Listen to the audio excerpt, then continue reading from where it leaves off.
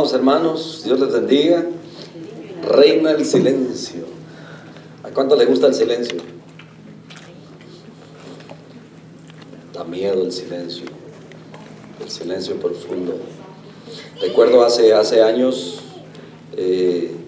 precisamente el día cuando las Torres Gemelas, aquí en la ciudad, por lo regular siempre escucha mucho ruido, y especialmente los ruidos de los aviones, que nos hemos acostumbrado ya a ellos, pero sabe que provocan siempre bastante ruido y se puede escuchar en muchas áreas. Pero cuando no hay movimiento de aviones, se puede percibir o escuchar el silencio. Hay un silencio, ¿verdad? Y ese día estaba silencio completamente. Y cuando usted se encuentra de repente en un tiempo de silencio, como que nuestra mente reacciona, ¿verdad? Y dice, algo diferente hay. Vamos a la escritura en esta mañana, Juan capítulo 12. Juan capítulo 12, me gustó la lectura inicial ahí en Mateo 21, ¿verdad? Lucas también, Lucas 19, o 22. Habla también del mismo relato, donde el Señor Jesucristo hace su entrada triunfal a Jerusalén. Estamos ahí en Juan capítulo 12, desde el verso 12 hasta el verso 16. Le voy a leer en voz alta, ya lo leímos en Mateo capítulo 21, del 1 al 11. Ahora vamos a la versión de Juan. Todos coinciden, Lucas también, pero hay algunos detalles, ¿verdad?, que unos mencionan y otros no. Recuerden que estos son los evangelios sinópticos, o sea, muy parecidos. Y no es que se contradigan o que uno le puso de más, otro no, sino que es el testimonio de aquellos que pudieron ver o que investigaron, ¿verdad?, acerca de los hechos y que dan escriben acerca de esta historia. Y dice: el siguiente día, grandes multitudes que habían venido a la fiesta, al oír que Jesús venía a Jerusalén, tomaron ramas de palmera y salieron a recibirle y clamaban: ¡Hosana! Bendito el que viene en el nombre del Señor, el Rey de Israel. Y halló Jesús un asnillo y montó sobre él, como está escrito: no temas, hija de Sión, he aquí tu rey viene montado sobre un pollino de asna. Estas cosas no las entendieron sus discípulos al principio, pero cuando Jesús fue glorificado, o sea, ya cuando ya no estaba con ellos, entonces se acordaron de que estas cosas estaban escritas acerca de él y de que se las habían hecho, o sea, habían sucedido, habían acontecido. Y daba testimonio la gente que estaba con él cuando llamó a Lázaro del sepulcro y le resucitó de los muertos, por lo cual también había venido la gente a recibirle, porque había oído que él había hecho esta señal. Pero los fariseos dijeron entre sí: ya veis que no conseguís nada, mirad, el mundo se va tras él. Oremos. Padre amado, en esta mañana, Señor, venimos a honrarte, a adorarte y a recibir, Señor, de tu palabra. Sensibiliza, Señor, nuestros sentidos, nuestro corazón, y que podamos oír, Señor, tu voz a través de tu palabra, en el nombre de Jesús. Amén. Amén. Tomen asiento, amados hermanos. El Señor Jesucristo lleva ya un periodo de 3 años que ha estado caminando todo alrededor de Capernaum, Galilea, ¿verdad? Y ha viajado, ha pasado por Samaria, han habido acontecimientos, han habido ciegos que han recibido la vista, hay multitud que ha visto los milagros que Él ha hecho. 3 años. Y en 3 años su fama ha crecido, y en algunas oportunidades, cuando Él ha hecho milagros como darle de comer a 5,000 personas, y dicen algunos evangelios, ¿verdad?, sin contar a las mujeres y a los niños, quiere decir que la cifra era aún mucho más grande que 5,000 hombres solamente. Y entonces la gente, al ver eso, en algunas oportunidades quisieron tomar al Señor Jesús y hacerlo su rey, porque entendían que la Escritura decía que iban a levantar a un profeta, a alguien poderoso, y que nadie podía hacer las señales como las que él hacía si Dios no estaba con él. Y entonces no solamente lo consideraban un gran maestro, sino un profeta. Y la gente, la multitud que le seguía era bastante. Y entonces habían muchos que habían sido testigos oculares, 3 años caminando, haciendo milagros, milagro tras milagro. Y dice Juan, ¿verdad? Casi al final termina diciendo que estas y muchas otras cosas hizo Jesús. Que si todas estas se hubiesen escrito, dice que no cabrían los libros en el mundo. Quizás parece una forma de exageración, pero en realidad cada historia, si se hubiese escrito cada uno de los, con detalle, ¿verdad? Cada uno de los testimonios de aquellas personas que recibieron un milagro o que fueron testigos de ese mismo milagro, realmente pues obvio, ¿verdad? No cabrían, o sea, no alcanzaríamos a leer tantos libros. Estamos a 2000 años, ¿verdad?, de este acontecimiento. El mundo en su gran mayoría se ha olvidado del significado principal de estas fiestas. Se acerca, ¿verdad?, el momento. Estamos a una semana antes en la que el Señor Jesucristo entra a Jerusalén. Él sabe ya lo que va. Ya le ha declarado a sus discípulos, ¿verdad? Le ha dicho en varias ocasiones, y al llegar cerca de Jerusalén, una vez más le dice, estoy triste, ¿verdad? Y al final vamos a ver cómo él también hace un lamento sobre Jerusalén, que lo alcanza a ver desde la parte alta de una colina. Entonces, mucha gente se ha olvidado de ese significado. Ayer les hacía una pregunta a mis hermanos que comenzamos un discipulado en la tarde, ¿verdad? Por cierto, si alguien está interesado en recibir el discipulado básico, estamos teniéndolo los sábados a las 4 de la tarde. Y le preguntaba acerca de la vida eterna, del tiempo, de la cantidad de tiempo que vivimos nosotros como seres humanos aquí. Dios ha establecido 70 y dicen los más robustos 80, y aunque tenemos testimonios o escuchamos de personas que han pasado esa edad, algunos han pasado los 100, y qué bendición. Pero Dios estableció ese tiempo comparado con una eternidad que no tiene fin y que es para siempre. Y entonces comenzamos diciendo que desde el principio Dios tenía una relación con el hombre y siempre quiso tener esa relación con el hombre. Pero el hombre, por causa de su pecado, no consiguió estar en comunión con Dios todo el tiempo. Fue el pecado lo que separó al hombre de Dios, y entonces el hombre tuvo que vivir fuera del territorio que Dios había creado para que el hombre habitara, que era el huerto del Edén. Y entonces, al principio el hombre se comunicaba aquellos testimonios, yo creo que Adán y Eva le platicaban a sus hijos acerca de cómo era Dios, cómo habían interactuado con Él cada día y a lo mejor habían pasado, no sé, cientos de años, miles de años, ¿verdad?, en la presencia de Dios, y podían verle cara a cara, porque todavía no había pecado. Y entonces, todas esas enseñanzas se las pasaron unos a otros y había todavía temor en la tierra. Pero llegando al capítulo 5, 6 de Génesis, vemos que el hombre, la maldad era tan grande y Dios decidió acabar con ellos. Entonces, el hombre al principio no había otra cosa en la que pudiera pensar que no fuera Dios. Pero llegó el momento en el que el hombre se le olvidó y ya no buscó a Dios ni dependió de Dios. Y estamos viviendo esos tiempos ahora mismo.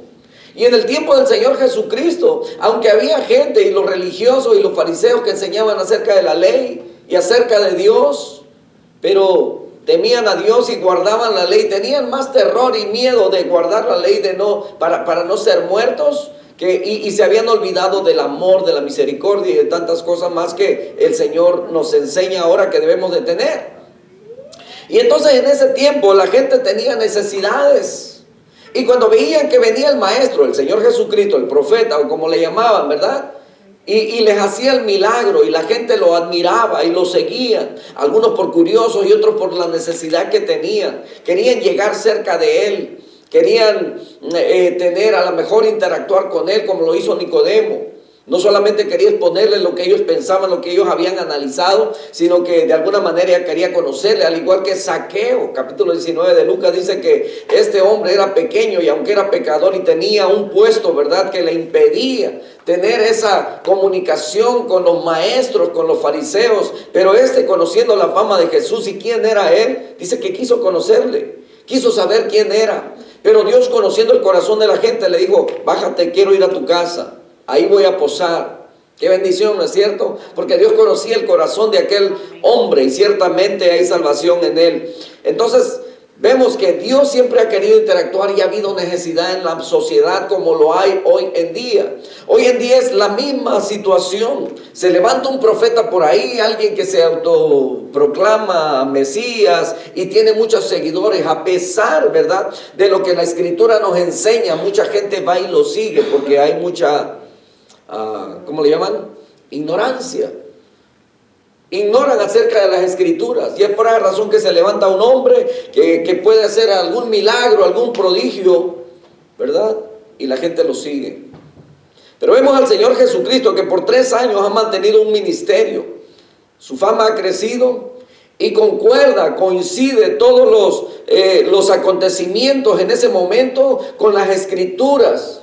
Pero había un velo que cubría a los religiosos de ese entonces, a los escribas, a los fariseos, de tal manera que no podían ver que él era el Mesías. Al contrario, le tenían envidia, querían matarlo. Pero todo eso se estaba llevando a cabo también, ¿verdad?, con el fin de que el plan de Dios se cumpliera. Porque saben, si Jesucristo no hubiera muerto, entonces no hubiésemos alcanzado la oportunidad de poder de ser salvos. Recuerden que en algún momento, ¿verdad?, Pedro le dice: Señor, no dejes que eso te acontezca, ¿verdad? ¿Y qué es lo que le dice el Señor? Apártate de mí, Satanás, ¿verdad? En ese momento no estaba hablando por medio de una inspiración de Dios o del Espíritu Santo, ¿verdad, Pedro? Porque recientemente el Señor le había dicho, ¿verdad?, le había preguntado a sus discípulos: ¿quién dice la gente que soy yo? Y algunos decían, algunos que Elías, otros que Jeremías, otros que algún profeta, ¿verdad? ¿Y vosotros quién decís que soy? Y en ese momento Pedro dice: tú eres el Cristo, el Hijo del Dios viviente, ¿verdad? Y el Señor le dice: bienaventurado eres Pedro, porque no te lo reveló carne ni sangre, sino mi Padre. Y entonces el Señor empieza a hablarles acerca de estos padecimientos, que era necesario que él padeciera y de qué manera iba a morir. Y entonces Pedro dice, ¿verdad?, queriendo quedar bien a lo mejor con los demás o con el maestro, le dice: Señor, no permitas que eso te acontezca. O sea, sabiendo que el Señor tenía poder para poder evitarlo, ese sufrimiento, pero el Señor conocía los planes y su propósito que venía a cumplir, pero Pedro no. Pero Satanás a lo mejor ya empezaba a intuir.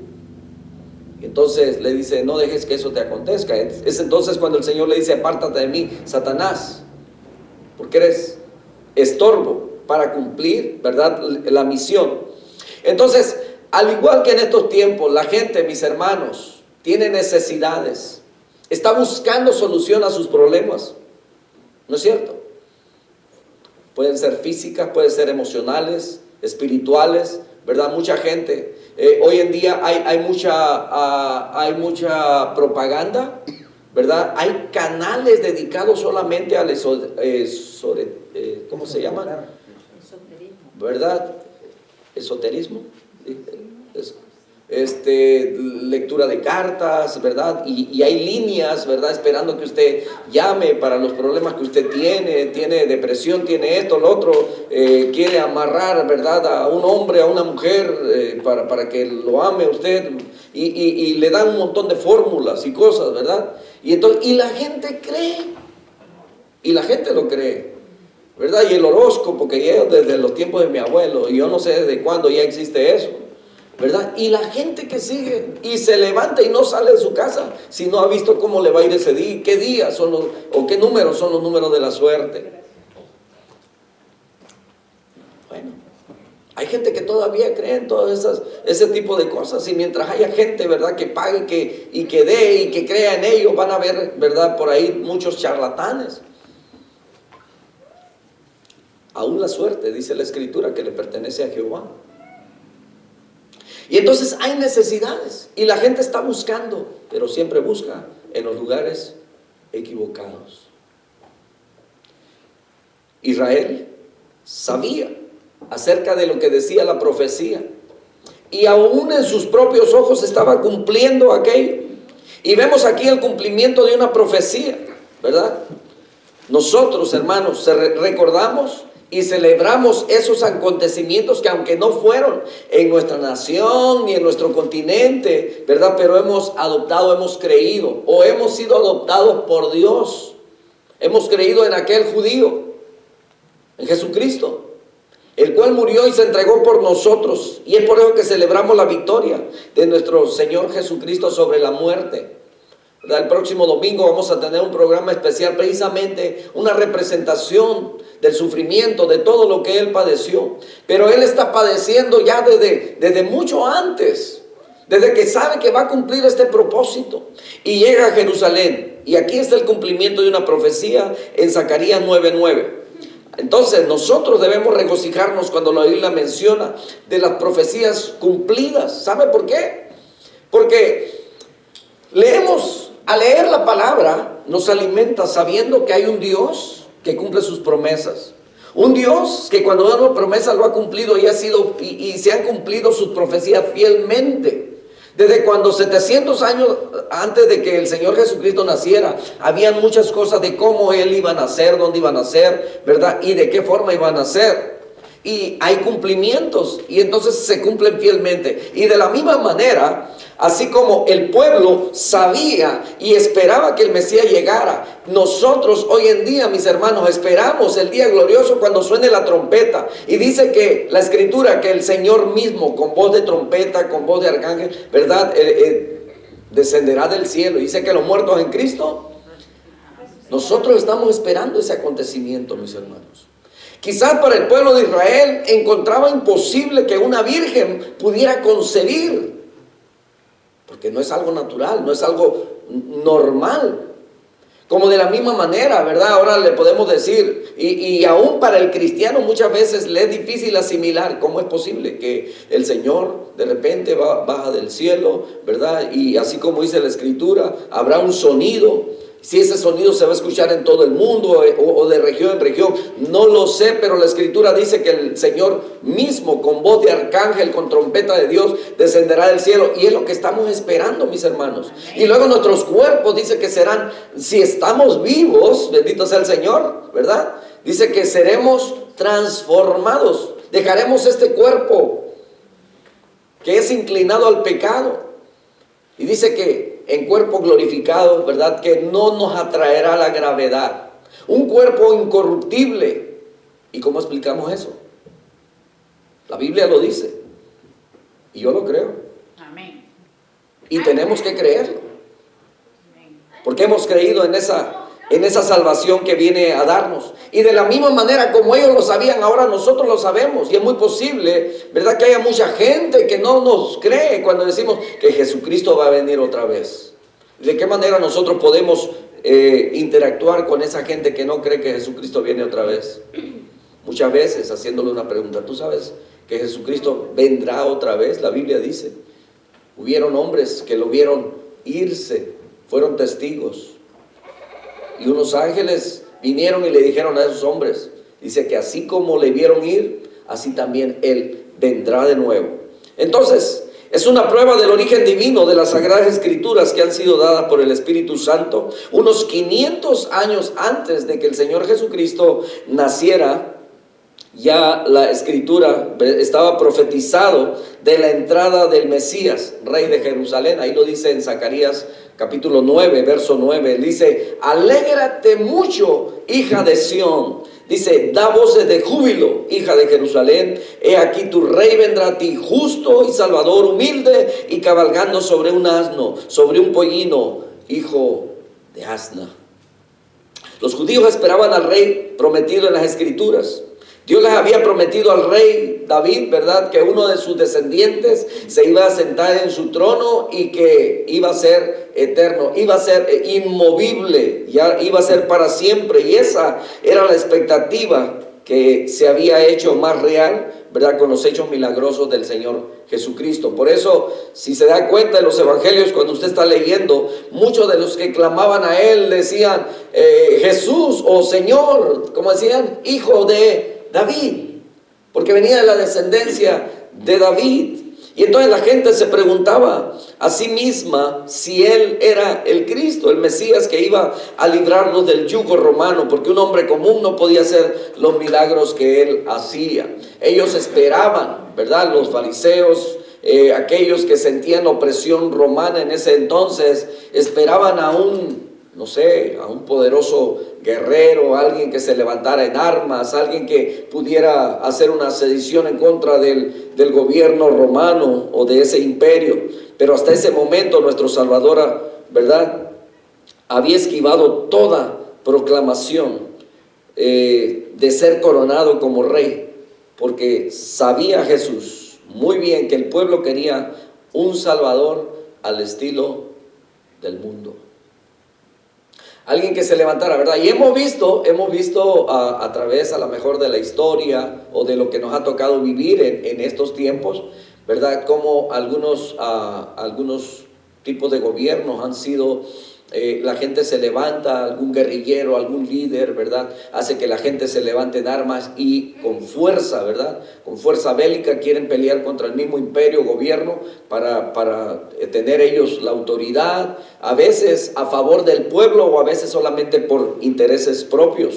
Pero podemos ver cómo algunos, ¿verdad?, se han levantado, y en este caso el Señor Jesucristo dice que solamente con su enseñanza, con amor, ¿verdad?, dice que la Escritura que Él pudo conquistar al mundo, no como aquellos hombres que a la fuerza y matando a tanta gente consiguieron tener el poder, la autoridad, ¿verdad?, ser reconocidos, sino que nuestro Señor Jesucristo con una enseñanza de paz ganó todo el mundo.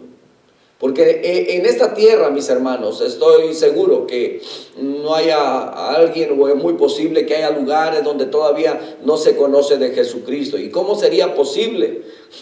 Si se puede conocer de otros grandes hombres científicos y todo ello, que han hecho grandes descubrimientos o cosas como esas, pero hablando de un Jesucristo, que vence aún a la muerte, que la tumba está vacía y que en toda la humanidad no ha habido uno solo que se haya levantado de la tumba, solamente hay uno y se llama Jesucristo. Entonces Jesús había dicho: mi reino no es de este mundo. La gente está buscando un Salvador al estilo del mundo, un Salvador que los haría independiente de Roma, que les daría de comer hasta saciar sus estómagos. Pero Jesús había dicho: mi reino no es de este mundo. Y con eso no quería decir que Jesús nunca iba a reinar en la tierra, sino que su reino era guiado por los principios espirituales y no mundanos. Los deseos de este mundo son pasajeros, mis hermanos, pero los deseos de Dios son eternos. Amén. Entonces, la entrada del rey, el Señor Jesús, sabiendo todas las cosas, había preparado los eventos que iban a ocurrir. Algunos de los evangelios dan detalles, ¿verdad?, como Lucas, como Mateo, acerca de que en Mateo dice que cuando fueron, tomaron, ¿verdad?, no solamente al pollino o al hijo de la asna, sino que también se llevaron la asna. Algunos consideran que era para que, ¿verdad?, el pollino no se sintiera nervioso. Nunca había sido usado antes. Y la idea de que jamás nadie había montado en él es porque las cosas o los animales que eran consagrados a Dios para algo tenían que ser sin eso, sin uso y perfectos, ¿verdad? Y entonces vemos que los evangelios relatan, ¿verdad?, donde el Señor les dice: vayan a tal parte, ¿verdad? Dice que llegando ahí a Betfagé, que es una aldea que muy poco se menciona y solamente lo mencionan precisamente en estas escrituras, ¿verdad?, donde coinciden.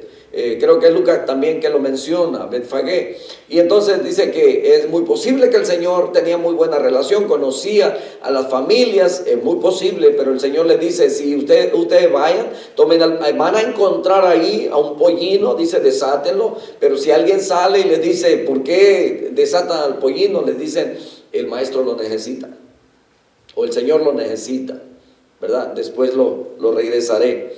Entonces el Señor les da detalles. Y los testigos, o aquellos que son enviados, ¿verdad? Se encuentran exactamente así, con las mismas palabras que el Señor les dice, lo relata, lo traen, ¿verdad? El Señor lo usa. Ahora era el tiempo de entrar abiertamente como el Cristo, como el Rey de Israel. Y en los tiempos antiguos, mis hermanos, los hombres distinguidos montaban no sobre caballos, sobre burros.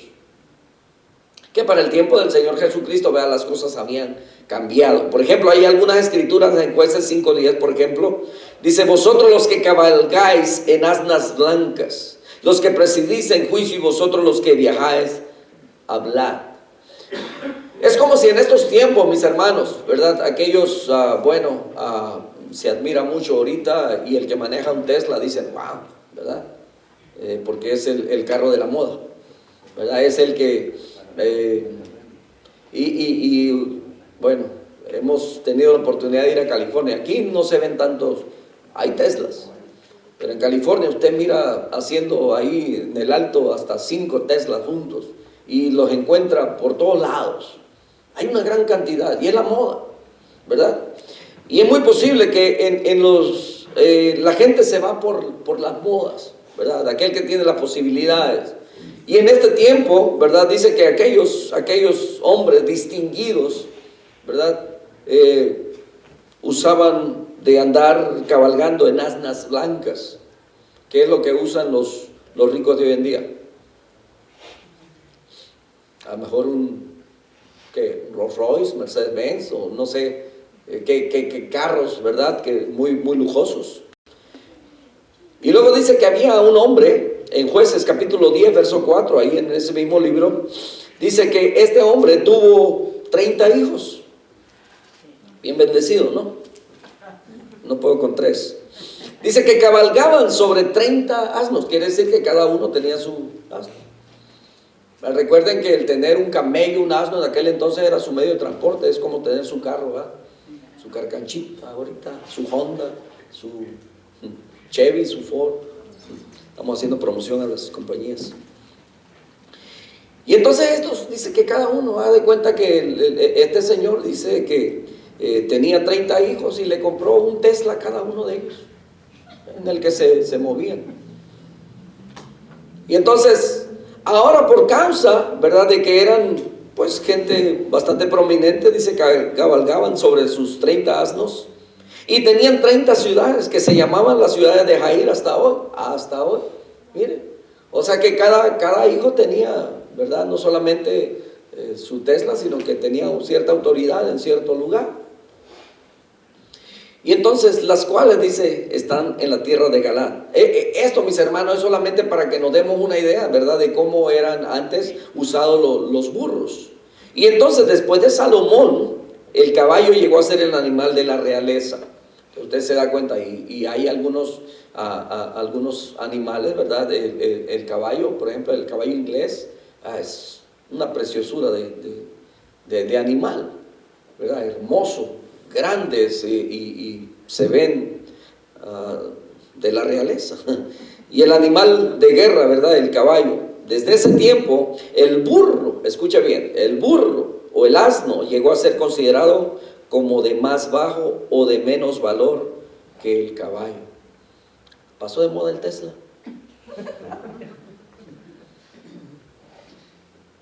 Y entonces el animal, dice, también era usado para propósitos pacíficos y un símbolo de paz.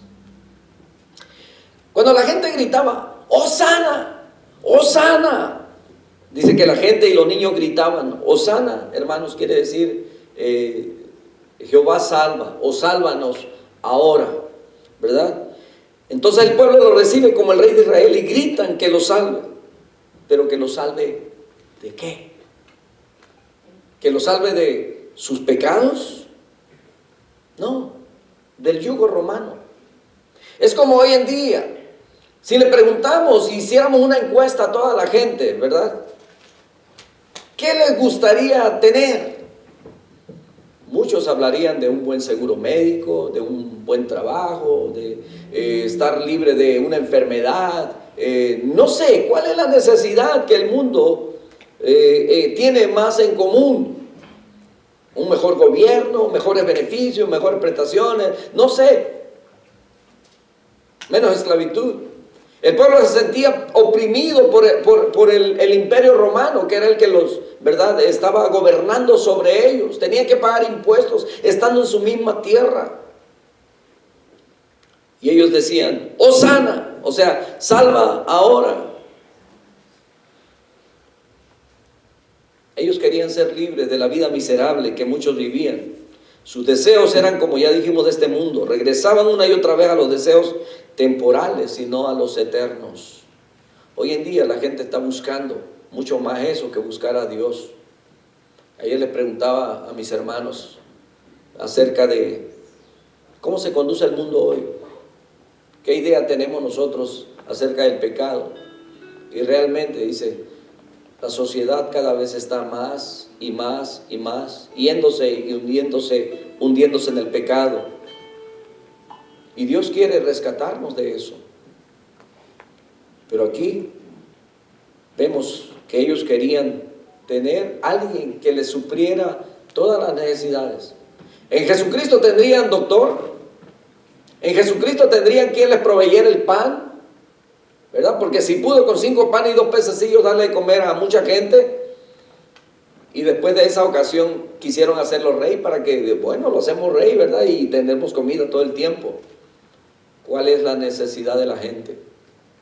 Hermanos, qué difícil es en tiempos de abundancia, en un país o en una sociedad, atraer a la gente a la iglesia. Cuando hay abundancia de bienes, de materiales, cuando la economía está bien, es muy difícil que la gente venga a la iglesia. Tiene que haber una necesidad realmente que no pueda ser suplida por la sociedad, donde solamente tengan que depender de Dios para buscar a Dios. Y muchas veces, una vez que logran, ¿verdad?, satisfacer esa necesidad, se van y no vuelven. Y lo vemos, ¿verdad?, con los 10 leprosos.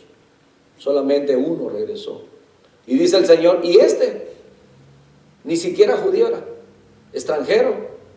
Y vino y reconoció, y le dio gracias al Señor, y le adoró, dice. Entonces, ¿qué es lo que busca el mundo hoy? El bienestar. Demos comida. Ya lo hicimos en un tiempo, y por varios años. Y se nos llenaba ya el lugarcito. Y antes de darles la comida les predicamos y hablábamos con las personas. Y muchos prometieron venir. Aquí vamos a estar. Voy a traer a mi familia. Y ¿saben? No vemos a ninguno. En el comienzo, algunos hermanos que ya asistían a alguna iglesia, ¿verdad?, y a través de ese ministerio fue que vinieron y llegaron y les gustó lo que hacíamos y se empezaron a congregar con nosotros. Pero de ahí que alguien nuevo realmente, ¿verdad?, a través de ese ministerio que haya reconocido y aceptado y que no, es una tristeza. Pero así es como el mundo. Y algunos exigían.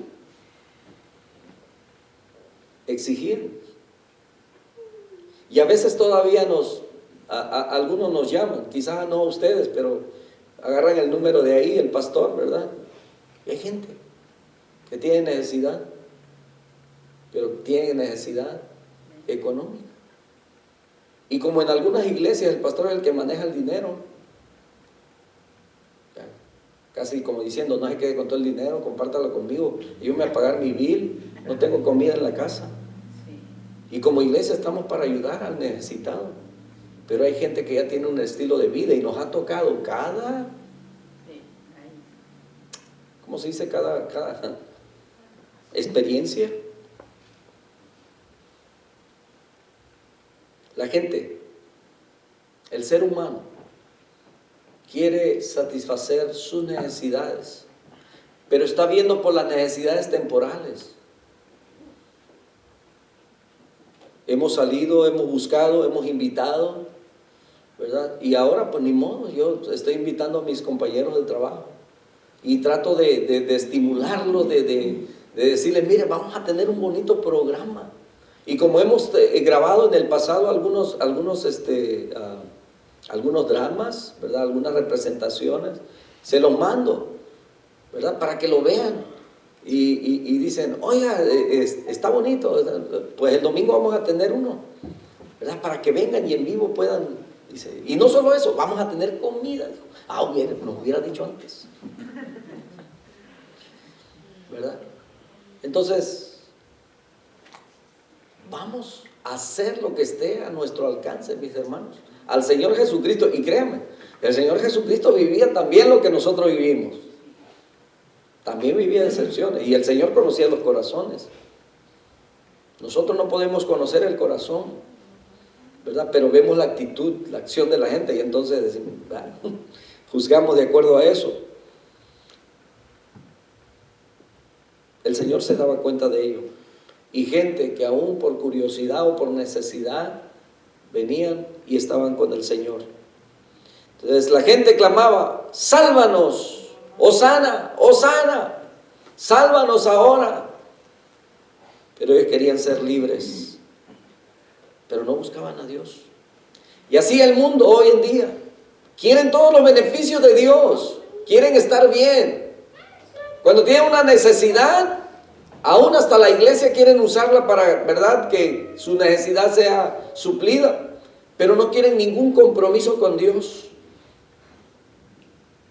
Todavía hay gente que me llama, ¿verdad? Y me dice que quieren una oración, porque digo, acompáñenos y oramos juntos. Venga, tenemos servicios. Sí puedo orar por usted, pero lo que usted necesita es a Dios en su vida, no una oración solamente. Pero la gente solamente quiere el beneficio, quiere estar bien en ese momento. ¿Qué siente ahora? Siento mucho miedo. Pues vamos a orar. Digo, pero venga, busque al Señor, si no siempre va a tener ese miedo. Teniendo a Dios, mis hermanos, no hay por qué tener temor. Amén. Porque si vivimos, para Él vivimos, y si morimos, sea que vivamos o que muramos, le pertenecemos a Dios cuando hemos hecho ese compromiso con Dios, si hemos creído realmente. Y dice la Escritura que hemos pasado de muerte a vida. Entonces, no había nadie que gritara, sálvanos de nuestros pecados.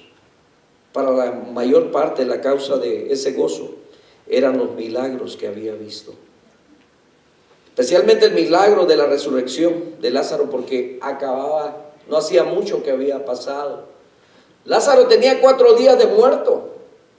Juan capítulo 11, ¿verdad? Habla de ese milagro y da detalles de todo ello. Los demás evangelios no hablan de ello, pero dice que esto apenas estaba como reciente, no hacía mucho que había sucedido. Entonces la gente tenía ese testimonio fresco. 4 días, ya en la tumba, ya apestaba. Y Jesucristo vino y lo llamó, Lázaro, ven fuera. Y salió. Entonces la gente estaba, wow. O sea, este es el rey. Este es el que tiene poder. El que puede levantar a los muertos. Este es lo que nosotros necesitamos, ¿verdad? Entonces imagínense ya 95 años y el Señor resucitándonos. Pero ahora, mis hermanos, el Señor resucita, pero de la muerte espiritual. Todo aquel que cree en Él, dice, y cree en mí, dice, no morirá eternamente.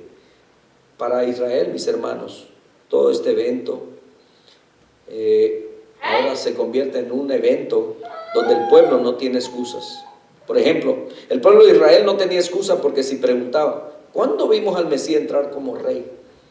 Hubo un día y queda registrado en la historia.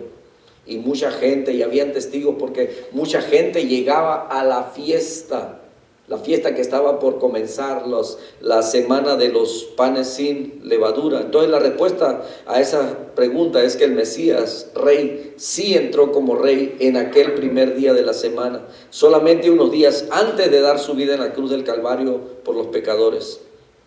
Entrando de esa forma montado como sobre un burrito, porque así mismo el profeta Zacarías lo había anunciado, ¿verdad? Habían pasado 500 años, o más bien 500 años antes de este suceso. Ya Zacarías había escrito acerca de esto. Esa misma profecía de Zacarías condena a aquellos que no creyeron o no creen todavía en el presente. Los falsos profetas muchas veces predicen eventos que nunca suceden y tienen muchos seguidores, ¿verdad? Y yo creo que usted ha escuchado de muchos que han por ahí dicho o profetizado y que nunca han ocurrido. Especialmente en estos tiempos, mis hermanos, donde vivimos una gran diversidad de sectas, de movimientos, de denominaciones, donde alguien se levanta hablando y puede decir algo que no sucede. Donde alguien viene y te dice a ti directamente, ¿verdad?, acerca de algo que te va a pasar y que nunca pasa. Yo todavía, siempre se me viene a la mente, porque hace años conocemos a una pareja que no pudieron tener hijos, pero vinieron como dos personas diciéndose que eran profetas y diciéndoles: en un año ustedes van a estar abrazando un bebé. Y han pasado años y nunca pudieron. Y creo que ya hasta el tiempo se les acabó de poder. Y nunca pudieron. Falsos profetas. Mucha gente cree en ellos. Mejor creer en aquel que murió por nosotros. Poner en él nuestra confianza. Y para salvación, por supuesto, ¿verdad?, en Jesucristo. Porque la Escritura dice que maldito el hombre que confía en el hombre, y eso no quiere decir precisamente que, yo ya no creo en ti, ya no tengo confianza en ti, porque la Biblia dice, ¿verdad, hermanito? Nos referimos a la salvación.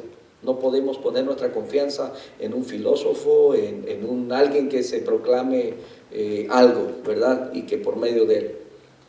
Entonces, nuestro Señor Jesucristo, quien sí predijo con precisión su entrada a Jerusalén como el Rey de Reyes, montado no sobre caballos ni mostrando grandes riquezas, al contrario, mostrando su humildad, ya que había sido predicha. Y recuerden que ya para ese tiempo el entrar en un pollino ya no era como manejar un Tesla, ¿ok? Y era como traer ahí un Escort, un carrito de muy baja categoría, humilde, sencillo, ¿verdad? No eran como los presidentes de antes que andaban en limusinas acá. Y bueno, este señor AMLO, ¿verdad?, después manejando su propio carrito para llegar ahí. Carrito viejo que antes no lo dejó por ahí, va a llegar empujándolo a la presidencia.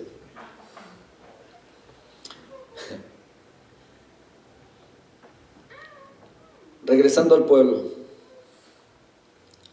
Esa evidencia de que Jesucristo es el Rey de Reyes y que la profecía se cumplió al entrar él en Jerusalén y que fue proclamado Rey por la misma gente que había visto, ¿verdad?, todos los milagros que había hecho. Esa evidencia existe tanto para el judío como para el no judío, o sea, para nosotros como gentiles. Y regresando al pueblo, a los gritos de Hosana al que viene en el nombre del Señor, Jerusalén no aceptó a Jesús como su rey. Al contrario, lo rechazó. Y esto nos lleva al último punto de nuestra lección, cuando nuestro Salvador va llegando a Jerusalén y pronuncia un lamento por la falta de decisión de la gente. El día de la visitación era real. Lucas capítulo 19, verso 41. Quiero que me acompañen ahí. Lucas 19, 41 al 44, donde el Señor Jesucristo está haciendo una lamentación. Y siempre me imagino que cuando el Señor está orando, Lucas 19, verso 41 hasta el verso 44, donde dice que el Señor llegó cerca.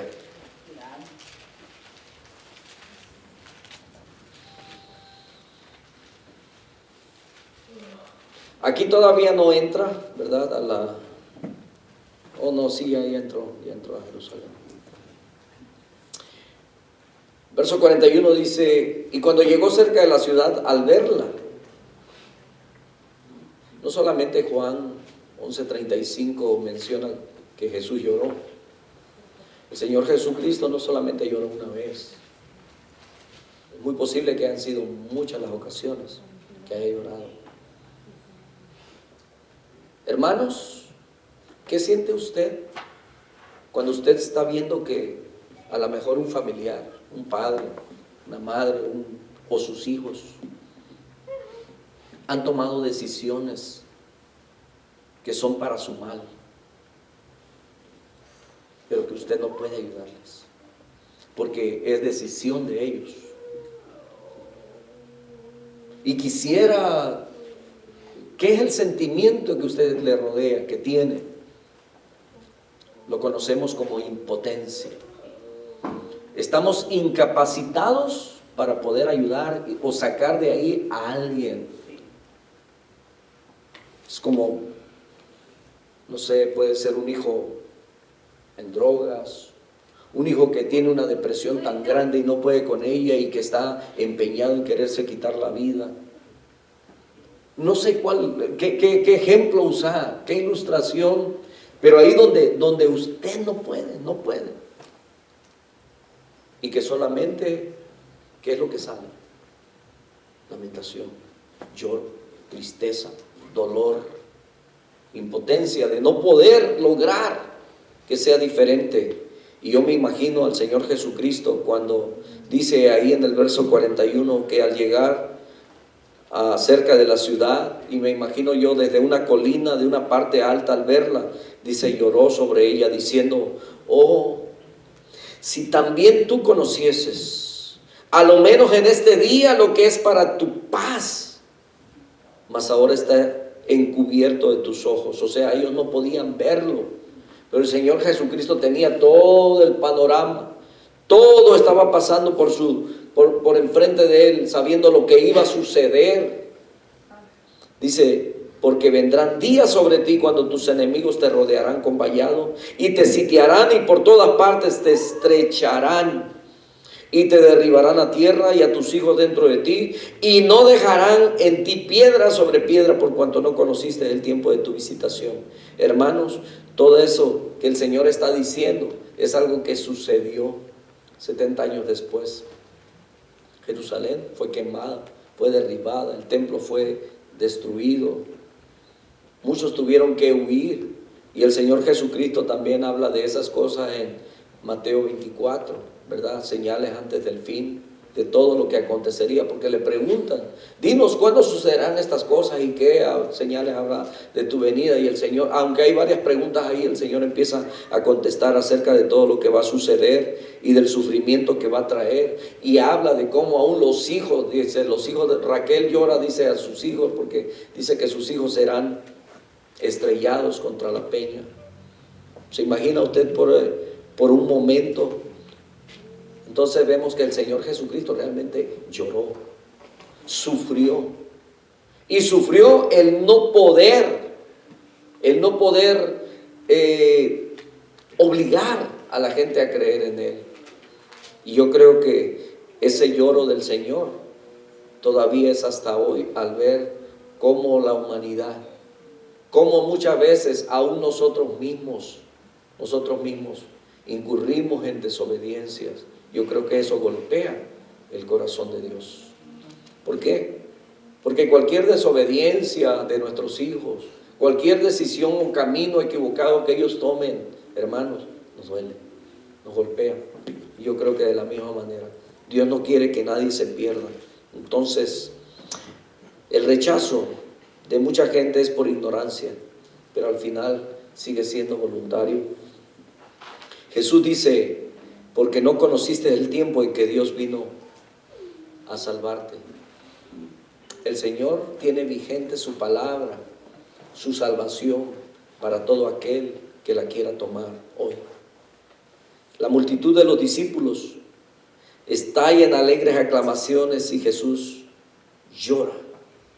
Las palabras que pronuncia nos dicen la causa de sus lágrimas, pero esas lágrimas mismas nos revelan mejor aún que sus palabras la tierna compasión del Salvador, al mismo tiempo que su amor hacia su pueblo cuya ruina él ya conocía, y la certidumbre de los juicios de Dios que ese pueblo va a traer sobre sí por su endurecimiento. Es como cuando nosotros ya sabemos cómo acaba alguien que está deprimido si no encuentra la paz en su corazón a tiempo, si no busca a Dios. Es que ya sabemos cómo termina un alcohólico con su vida, o un adicto, o cualquier pecado, o cualquier decisión equivocada que tomes. Cuando te casas aún con la persona por la cual no oraste, o la que no pediste a Dios, o con el yugo desigual, porque ya conoces experiencias de cómo le han ido a otros, ya sabemos cómo es el final, cómo es la vida. Es por esa razón que a veces hay sufrimientos, cuando vemos que aquellos a los que amamos toman decisiones que sabemos que les va a traer tristeza. Pero cuando buscas a Dios con todo tu corazón, Él ha venido a redimirnos, a sanarnos, a salvarnos, a llenarnos de toda su plenitud. Hay un tiempo de visitación que debemos conocer y para el que debemos estar alertados. Son días en que el mensaje de la palabra penetra en nosotros, y la gracia de Dios llama urgente e insistentemente a la puerta de nuestro corazón. Tal vez hoy es el día de esa visitación. Nos hacía falta esta palabra, recordar los hechos grandes de nuestro Dios y saber que con Él quizá vamos a tener, ¿verdad? Aunque Él está con nosotros, vamos a tener altos y bajos, pero estando con Él siempre vamos a estar bien. Amén. Amén. El simple hecho de estar escuchando el mensaje de la divina palabra de Dios es prueba que Dios nos está llamando, nos está visitando. Padre, te damos muchas gracias. Bendecimos, Señor, tu grandeza. A través de tu palabra, Señor, una y otra vez.